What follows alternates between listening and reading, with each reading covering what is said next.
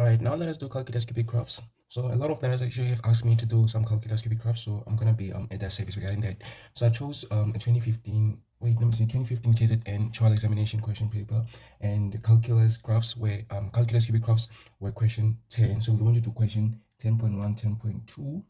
Yeah, 10.2. So 10.2 has some sub questions. So let us get into it because I don't want to waste any time. 10.1 says determine a point on the curve y is equal to 4 over x. So first of all, we have a curve that is called y is equal to 4 over x. So what type of graph is this? This is a hyperbolic graph because the x is the denominator. Okay, so this is a curve that I'm talking about. It's a hyperbolic graph, and the fact that a is positive. Where's my pencil at? Let me actually find my pencil very quickly. Oh yeah, I don't want this one though. I want that one. I don't know where my pencil is. Oh yeah, there it is. I'm so sorry about that. Okay, so the fact that the video, remember that this is a matter graph of a hyperbolic function, right? So when a, which is on top here, is greater than 0, when a is greater than 0, then we're going to have the arms of the hyperbolic function on the first and the third quadrant.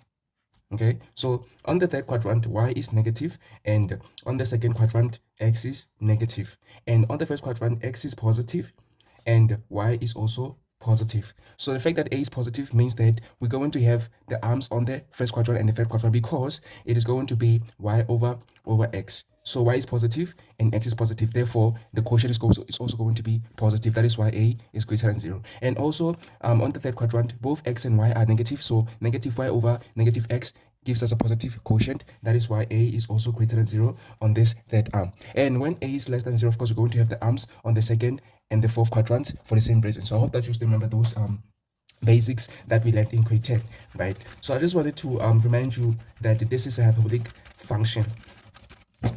And if we had to think about it, it looks like that. It looks like those arms on the first and third quadrants, right? So they also say determine the point on the curve. So we're going to determine the point on the hyperbolic graph where the gradient of the tangent to the curve is -1. So let us try. Let us draw the hyperbolic function again, or the curve again. So I'm not gonna draw it beautifully or accurately. I'm just gonna go draw it roughly, right? So since there is no like the asymptote, like there's no horizontal asymptote, we know that the horizontal asymptote is going to be at x-axis where y is equal to 0, and the fact that there's no vertical asymptote, then we know that the vertical asymptote is going to be where x is equal to 0, or the y-axis, right? So this is a matter graph with a equal to 4, right? So the graph is going to look like this, and of course it's going to be that. So they're saying to us, find the point on the curve. Find the point on the curve where the gradient of the tangent to the curve is -1. The fact that they're saying that the gradient of the tangent is -1 means that the gradient of the gradient of the tangent is negative. Therefore, the tangent is decreasing. If we had to draw the tangent, where we're gonna draw it on this, I'm gonna call it arm number 1 and this one arm number 2. Where we're gonna draw it on arm number 1 or arm number 2, considering the fact that the gradient of this tangent is negative. Remember that when it is negative, it is going to be decreasing, right? So both of these curves, they are appropriate for us to draw the tangent, because both of them, we're still going to draw a negative gradient of the tangent. So the graph, the tangent is going to be decreasing for all of them. I don't know how I can actually show you that, because I actually have drawn a very small diagram here. So if we had to draw the tangent, maybe that looks like this.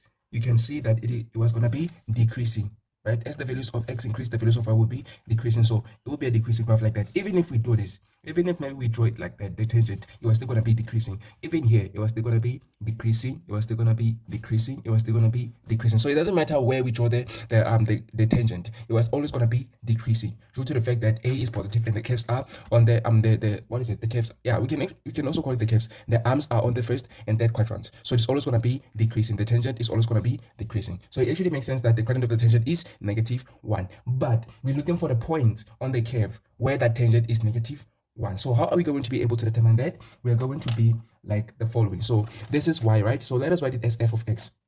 F of x is equal to 4 over x. Remember that the gradient of the tangent is the derivative of the original function. So if you have an original function and there's a tangent that actually goes through one of the points, which we call the point of tangency of that curve, then the gradient of the tangent to that curve is equal to the derivative of that curve. Okay, so since the curve, it has an equation 4 over x, we're going to have to find its derivative. So its derivative has to be equal to the gradient of the tangent. And we said that the gradient of the tangent is equal to -1. Therefore, it is equal to the derivative of the original function or of the curve. So that means we have to find the derivative. So let us try to find the derivative. So since the original function is written in a quotient form or in a rational form, a over b, we have to make sure that we convert it to exponential form. Okay, so in exponential form, we have to make sure that x is on top.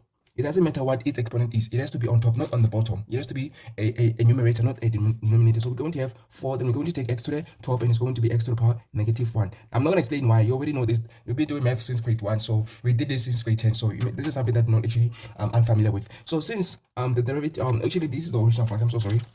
This is the original function. So f of x is equal to 4x to the power -1. Let us find the derivative. So we're going to be like, derivative of this is equal to, we're going to utilize the differentiation rules. So we're going to have -4x to the power -2. So this is the derivative of the original curve, right? So we said that it is equal to the gradient of the tangent, which is -1. So we're going to say this derivative is equal to -1. So we're going to substitute -1 is equal to -4x to the power -2. Then the only thing that we have to solve for is x. So x that we're going to find here is the x coordinate of the point of tangency. It is the x coordinate where the curve and the tangent meet at. Okay, so we're going to divide both sides by -4.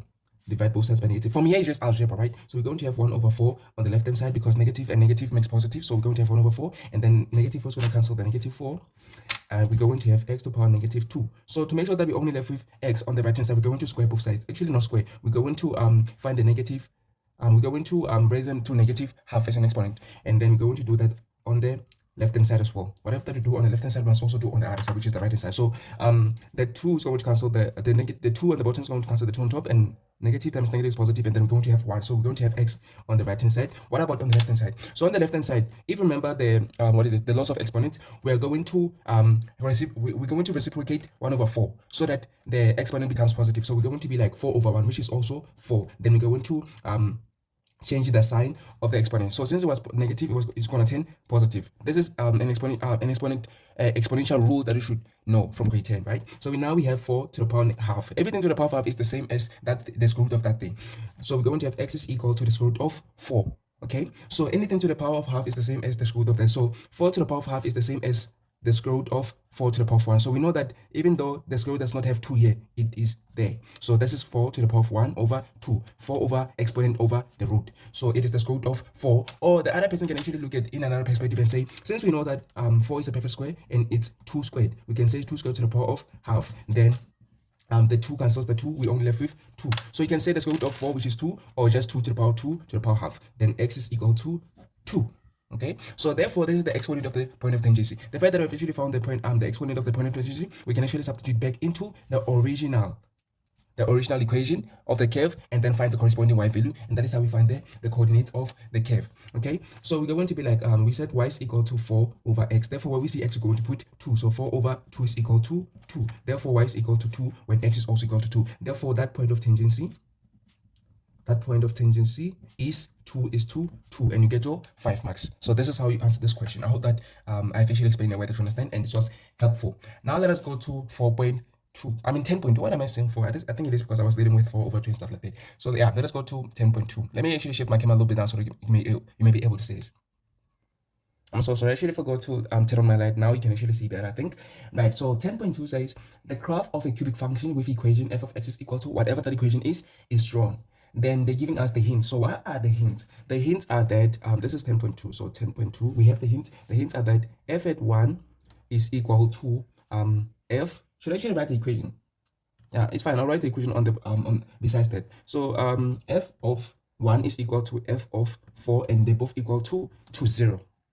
Right. I'm going to explain that. And they've also given us another hint, and they say that the f has a local maximum at b and a local minimum at x is equal to 4. So local mean, which is the local minimum, it is at x is equal to 4. Right. So if we look at it, let us actually look at a graph and see how it looks like. So let me actually just draw the graph here. I'm not going to draw it accurately or beautifully. So we have this graph that looks like that. Can you actually see that? Oh yeah. It looks something like this. So it looks something like this. Right. Right, so we have a local max here, which is at b. We don't know its coordinates, and we have a local mean here where x is equal to 4. Right, so since this is an x-axis and this is an y-axis, we have an x-axis here, and of course the y-axis right there. So since they're telling us that the local minimum is at x is equal to 4, which is here, then we must actually know that because it's on the x-axis, this is 4 is to 0, because x-axis is where y is equal to 0. Therefore, the local mean is at x is equal, is at 4 is to 0. Okay, so this kind of graph, I know that I'm gonna be talking a lot. Oh my god, I should actually have made a lesson regarding this cubic graphs, but I'm just gonna do a quick or brief lesson regarding this. Okay, so we have different types of cubic graphs. We have cubic graphs that look like this, that have 3. Okay, so this is a cubic graph that actually have 3 x-intercepts. We also have a cubic graph that has only 2 x-intercepts. So this is a type of cubic function that only has 2 x-intercepts.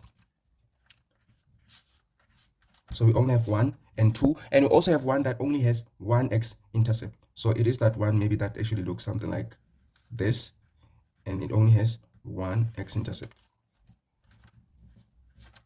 So these are the type of cubic function. So this only one x-intercept. Okay, so let me talk about all 3 of them. This one is very, very rare. It's not actually all the time that they're going to give a graph like this. These 2 are the ones that are common.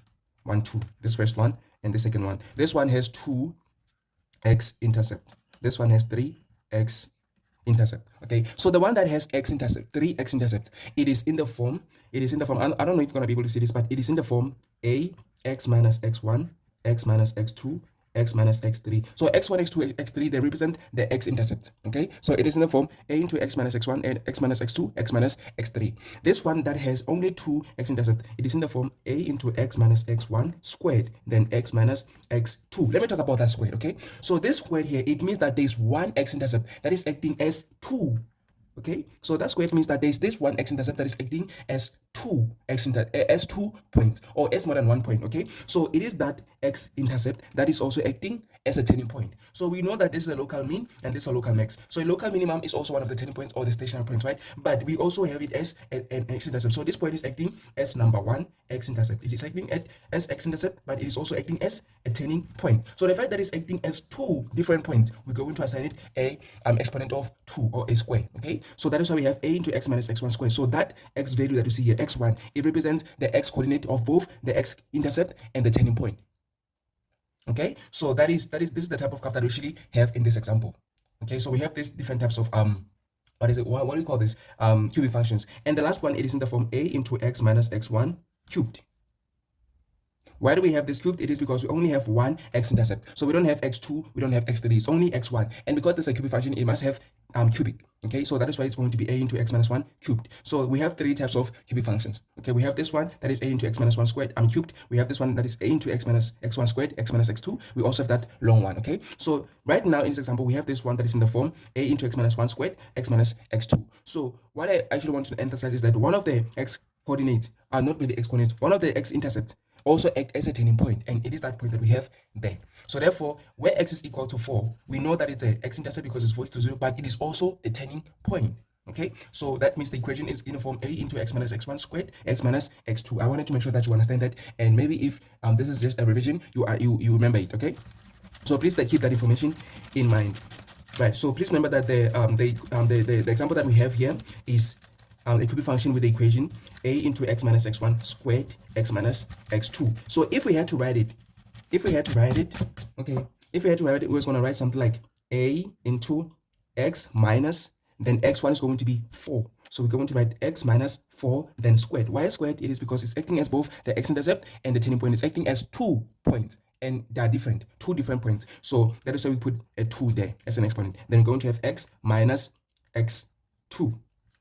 So this x2 here is the exponent of the local max, which is at b. Okay, so therefore the equation of this graph here, it is in this form. At least that's what we know. And remember that they've actually given us the original equation, and it is f of x is equal to x cubed plus ax squared plus bx plus c. So we know that here is the coefficient of x cubed supposed to be a, and it tells us about the shape of the function, right? If a is greater than 1, we know that the function is going to increase, decrease, and increase again. So it's going to increase twice. When a is greater than 1, it's going to increase twice. It's going to look something like this.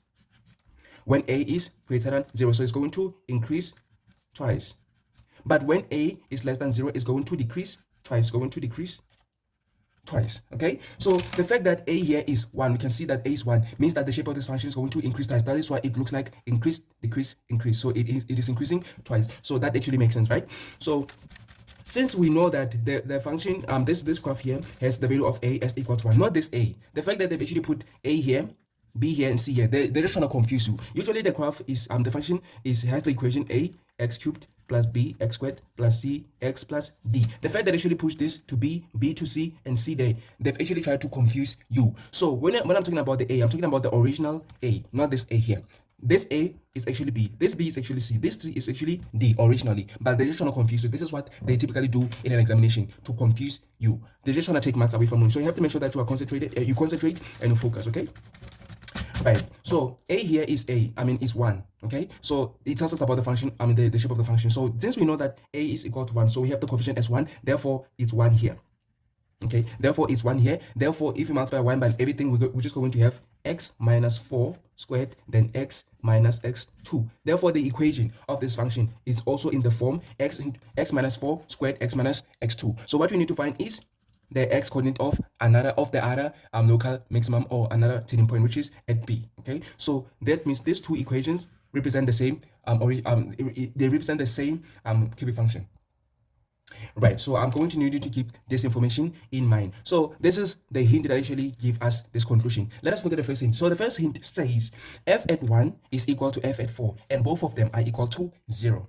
Okay, remember that f at something is the y coordinate at that x point. So we have f at 1. So f at 1 means that x is equal to 1 here, and f at 4 means that x is equal to 4 here. So what this basically means is the y coordinate where x is equal to 1 is equal to the y coordinate where x is equal to 4, and both of them are equal to 0. Therefore, the y coordinate where y is equal to the y coordinate where x is equal to 1 is 0. The y coordinate where x is equal to 4 is also 0. So we're going to write the coordinate as when x is 1, y is 0. When x is 4, y is also 0. Therefore, what you see here are the x-intercept, because the x-intercept are the point where y is equal to 0, as we see that y is equal to 0 to both of them. Therefore, we have two x-intercept. So they've actually given us two x-intercept. Okay, so we have two x-intercepts, and they're actually giving them to us indirectly. Okay, so you have to make sure that you understand the two hints that are actually given us, right? So the fact that we have two x-intercepts means that this x2 is actually this point here. I'm so sorry that I said the x2 is of the point B. I was trying to make sure that you understand the relationship between the minimum and the maximum. Okay, right? So this x2 here, it is not the x-coordinate of B. If I said it, please forgive me. I didn't actually mean that. I meant that it is another x-intercept. So this x2 here, it is the x-intercept, which is 1. Okay, which is at 1. So x is equal to 1 here, because y is also 0. Therefore, this point that we have here, is the point 1 is to 0. Those are two x-intercepts. So the fact that we have two x-intercepts means that we can actually substitute here. We can substitute 1 here, because we know the second x-intercept is 1.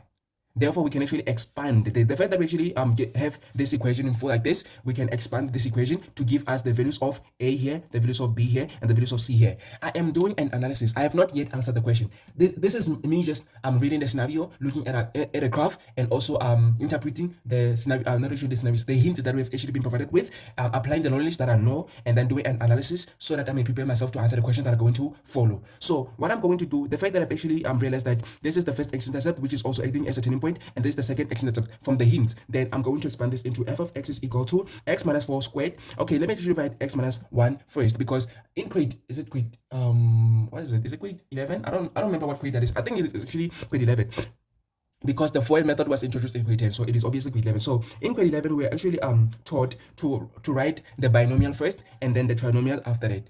You should not write the trinomial first and the binomial after that, because it's going to be quite confusing for you to expand the whole thing. So you should actually write the binomial first. So we're going to write the binomial, which is x minus 1, then we're going to multiply by expansion of x minus 4 squared. If you did grade 11 and you passed, you should be able to write the whole thing expanded already. We're not going to do the FOIL method and say, well, we're going to do the FOIL method, but we're not going to technically write two middle middle terms. Okay, so we're going to be like x squared is x squared. Then what we are going to do is we're going to multiply the terms in the bracket. So we're going to be like x multiplied by negative 4, not x multiplied by 4, x multiplied by negative 4. We multiply by their signs as well. So positive x multiplied by negative 4 is negative 4. Then we're going to multiply that by 2. So negative 4 multiplied by 2 is negative 8. So the middle term is going to be negative 8x. Then positive negative 4 times negative 4, or negative 4 squared, is positive 16. Okay, now we have the trinomial on the second bracket. So we're going to further expand this into, I'm going to try to do this very quickly. So x times x squared is x cubed. Then we're going to be like x multiplied by negative x is a negative x squared. Okay, so we're going to also be like negative 1 multiplied by x squared. So we're going to make sure that we get rid of the x squared first. Okay, so we have 8x squared by multiplying x by negative x. I mean negative 8x. That is 8 negative 8 x squared. Then we're going to multiply the negative 1 by x squared. So we get negative 1 x squared. So when you add these two, they're going to give you negative 9 x squared. Then we're going to go to the x's. So to find the x's, we're going to be like x multiplied by positive 16. So it is positive 16x. Then we're going to be like negative 1. Negative 1 multiplied by negative 8x. So negative 1 multiplied by negative 8x is positive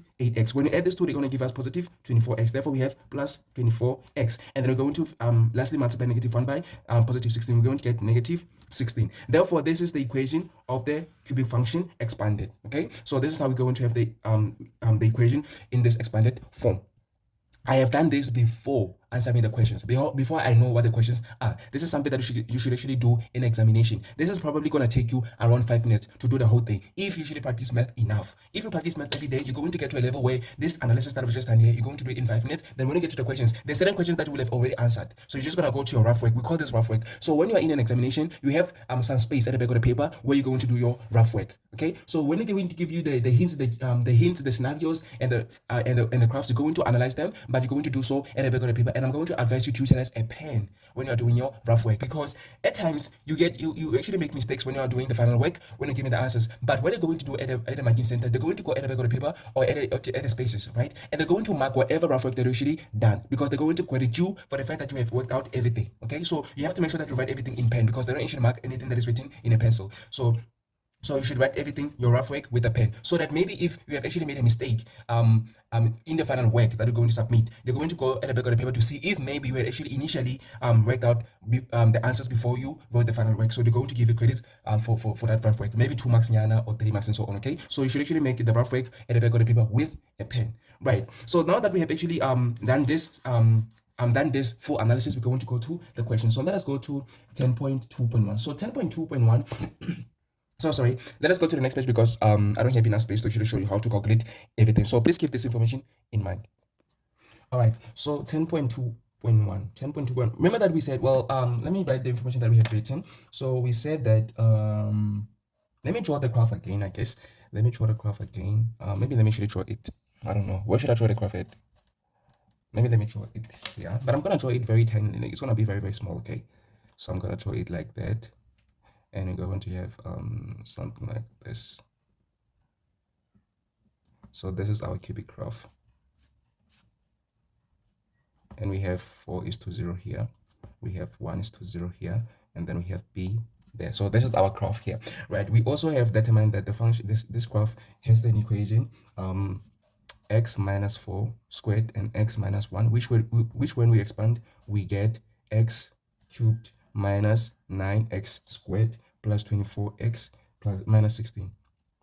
So this is the equation that we have actually gotten from our analysis. Right, 10.2.1 says, show that a is equal to negative 9, b is equal to 24, and c is equal to negative 16. Technically, we have already done that. So that is the importance of analysis. So we are going to show them by saying, well, you can see that this is a, right? So this is a, and this is b, and this is c. So a is equal to negative 9, b is equal to 24, c is equal to negative 16. Therefore, we have already showed them that. But I'm going just for the sake of and also it is worth 2 marks, so this is actually a lot of work. So I'm going to show them how we did it. So we're going to be like f of x is equal to x minus 4 squared. Why are we saying that? From the hint. They're not going to ask you. This is not paper 2. So paper 2, every statement that you write, you should actually provide a reason. In paper 1, we really actually need it. They're going to assume you know what you are doing. So by x minus 4 squared, they're going to assume you know what you're doing. They're not going to need a reason. So x minus 1. They actually give us a hint. So obviously, we're going to write x minus 4 squared and x minus 1 from the hint, right? So we're going to expand this into x minus 1 multiplied by x squared minus 8x plus 16. Therefore,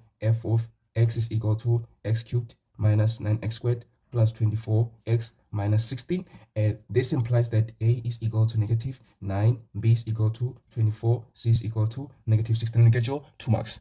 Right, let us go to 10.2.2.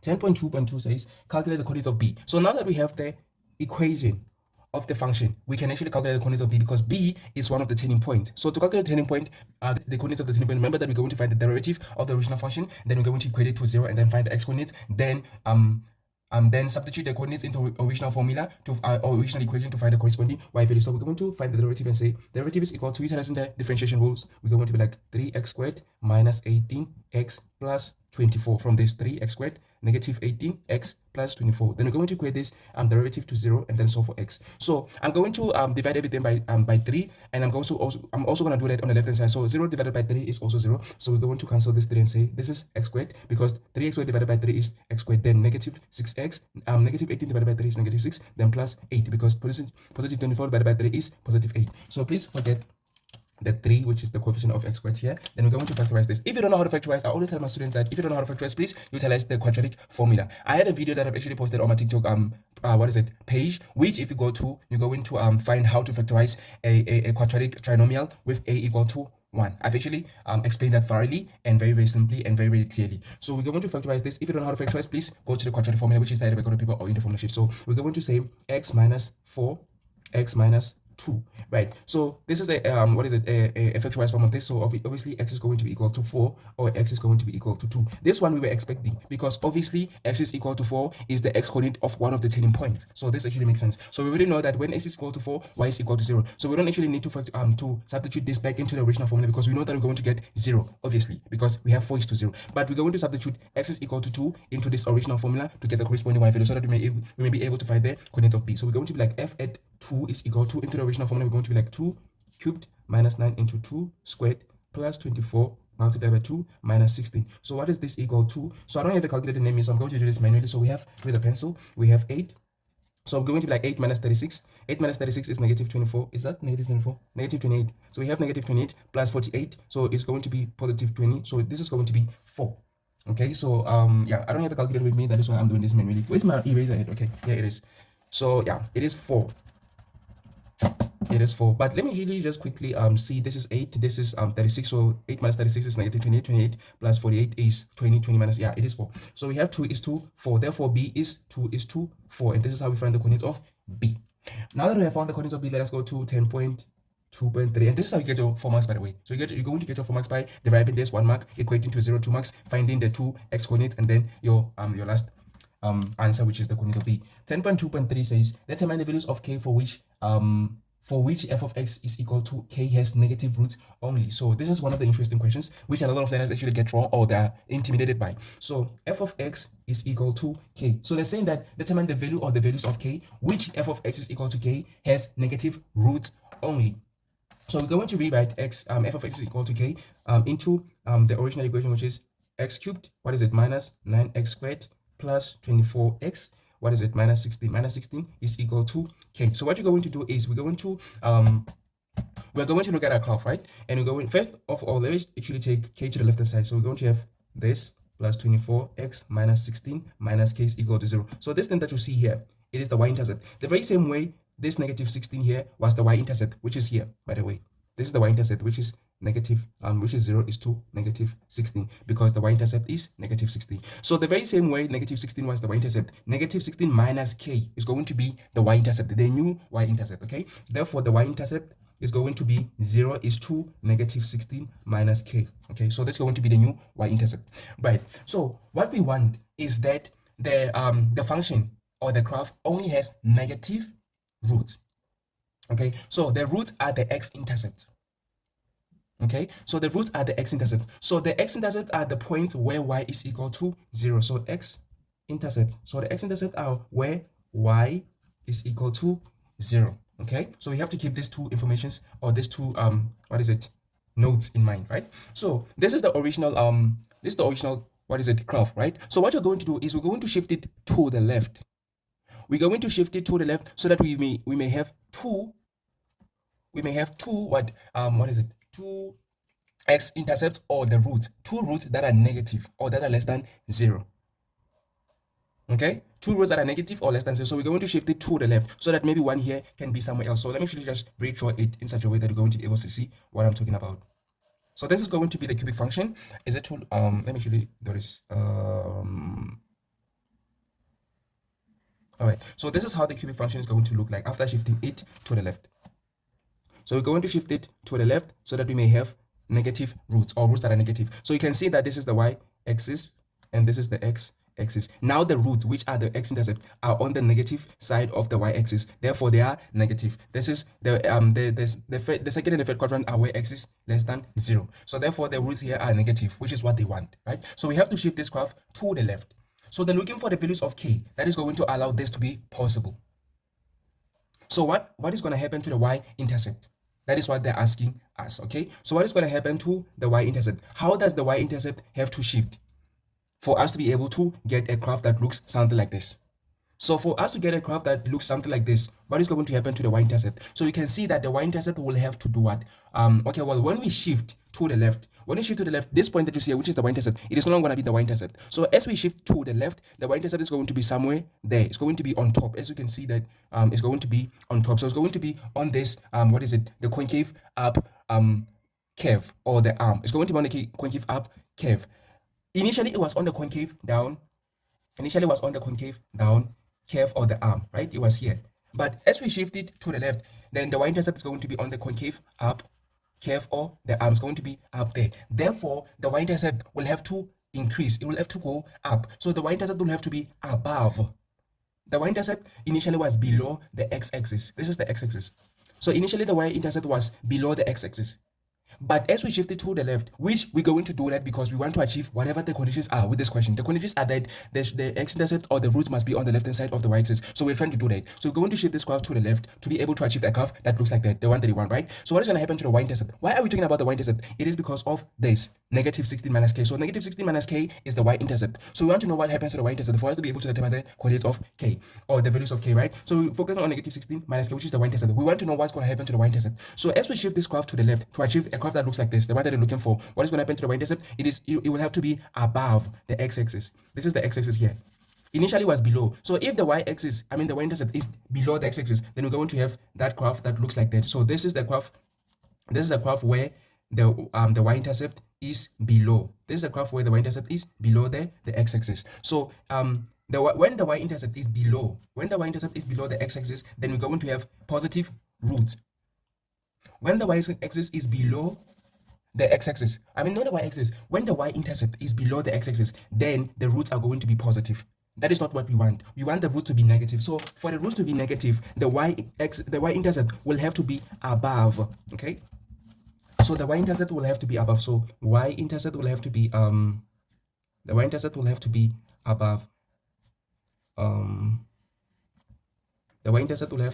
above the x-axis. So this is the x-axis. So the y-intercept will have to be there so that we may have two negative roots of the cubic function. So I hope that is clear. I try to explain it in a way that is quite simple. So I hope that I've actually explained it in a way that you understand, right? So yeah, the y-intercept has to be above the x-axis. It doesn't matter if it's here, just maybe 0.1 above. It doesn't matter. Or 0.00001 above, just as long as it is above. Okay, so what we are going to do is, as we shift this graph to the left, what happens to the y-axis? Y-axis goes up. So how many units does the y-axis need to go up? Since the y-axis was initially at negative 16, we'll have to go up 16 units. We'll have to go up 16 units, but we'll have to go 16 units more than that.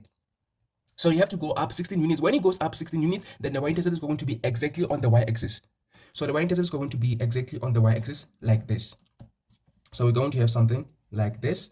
And we're going to, when the y-axis moves exactly 16 units, then we're going to have, let me see, to the left, we're going to have something like this. Oh my God.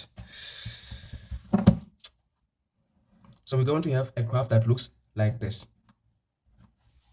Can you see that? Let me actually shift the camera a little bit down.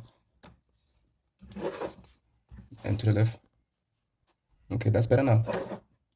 Okay, so the graph is going to look something like this. Okay, so the y-intercept is going to be exactly on the x-axis. If we move, we was at 0 is to negative 16. Now we're going to be at 0 is to 0. Therefore, we have actually moved 16 units up. So if we move 16 units up, then we'll be exactly on the x-axis. So they're talking about both the root or the x-intercept negative. They're not talking, they said negative roots only. So they're not talking about a root that is equal to 0. So here we have a root that is negative and the other one is equal to 0. They don't want that. They want both of them to be negative. So therefore we have to shift it a little bit again to the left. So when we shift it a little bit again to the left, we're going to have a graph that looks like this. When we shift it a little bit to the left. So now we're going to have something like this. So after shifting After shifting it to the left, now the turning point or the x-intercept is going to be on the negative side of the y-axis. Therefore, both of these roots are going to be negative, which is what they want. But what is going to happen to the y-axis? I mean, the y-intercept. The y-intercept is going to be above the x-axis. Therefore, the y-axis, the y-intercept has to move more than 16 units up. That is the point. So the y-intercept here, initial y-intercept has to move more than 16 units up so that this can be possible. So the conclusion has to be y-intercept, original y-intercept. So original y-intercept has to move more than,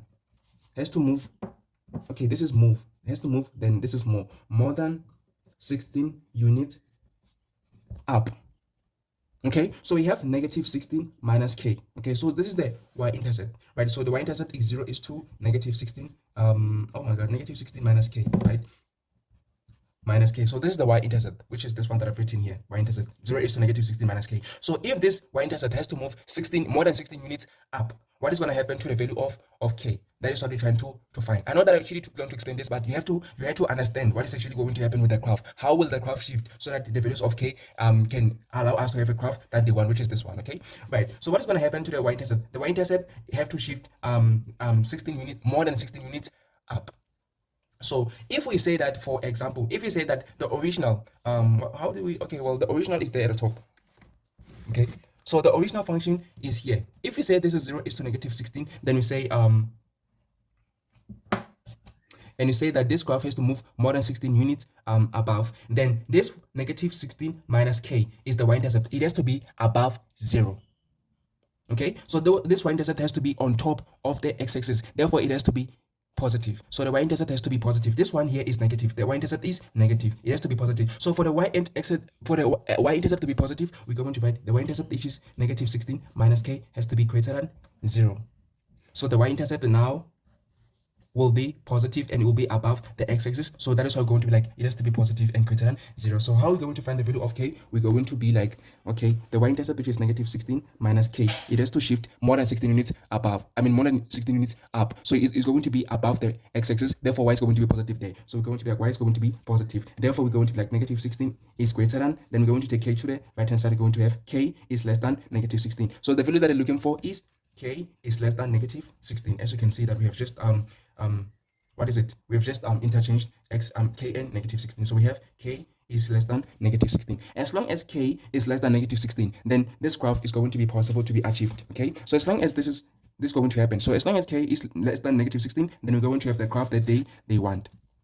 So I hope that I've actually explained this in a way that you understand. That is how deeply you have to understand what is it, calculus, and you also have to understand the graphical representations of calculus or the cubic graphs or any type of graphs for that matter. Okay, if like the functions and graphs like the quadratic, the linear, the hyperbolic, and the exponential. If it's the cubic, you have to make sure that you have a very high level skills of graphical representation or understanding of these things. Okay, so you have to be able to understand the equations of the cubic of the graphs and also be able to represent the equations of the cubic graphs via plotting them or via the graphs. Okay, so this is a very important skill that you have to have in grade 12. You have to be able to analyze the functions and the graphs. So you have to be able to know the movement or the motion of the graphs and what happens to the values, the a, the b, the c, and the d, and the k, and so on. So you have to be able to do that. Okay.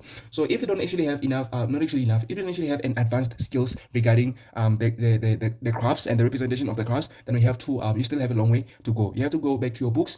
You have to make sure that you study, or you just read my classes, and I'm going to be teaching you these things. If you want to join my classes, please let me know. And I'm going to share with you the skills required to understand the graphical representation of the cubic, quadratic, exponential, hyperbolic, and linear equations. Right, so I hope that I've actually explained in a way that you understand. Let us go to the last question, which is 10.2.4. This is one of the questions that a lot of learners actually forfeit marks on because they don't understand what is actually happening. They don't actually understand the graphical motion of, not actually the graphical motion, the motion of the graphs of the maybe cubic function or the quadratic function or whatever the case may be. Okay, so there's something that you actually need to have skills on. Okay, right. So let us go to the last question, which is 10.2.4. I'm even sweating explaining this. Right, so the last question, which is 10.2.4, says determine the values of x for which f will be concave up. Okay, x for which f is concave up. So concavity goes along with the point of inflection. So we're going to find the second derivative equated to 0 and then find the x value. So we're not going to find two x values. We're going to find only one x value. I don't know if I should actually explain that. So we're going to only get one x value. So when they say value or values, they mean that you may actually find more than one value. but it is possible for you to get only one value. Okay, so when I say value of values, you're expected to get one value or more than that. But if they say determine the value, they expect you only one value. Okay, right. So we're going to find the second derivative. So we're going to be like the first derivative we've actually found it to be what is it, 3x squared minus 18x plus 24. Can you see that? I hope that, okay, well, let me actually write this here.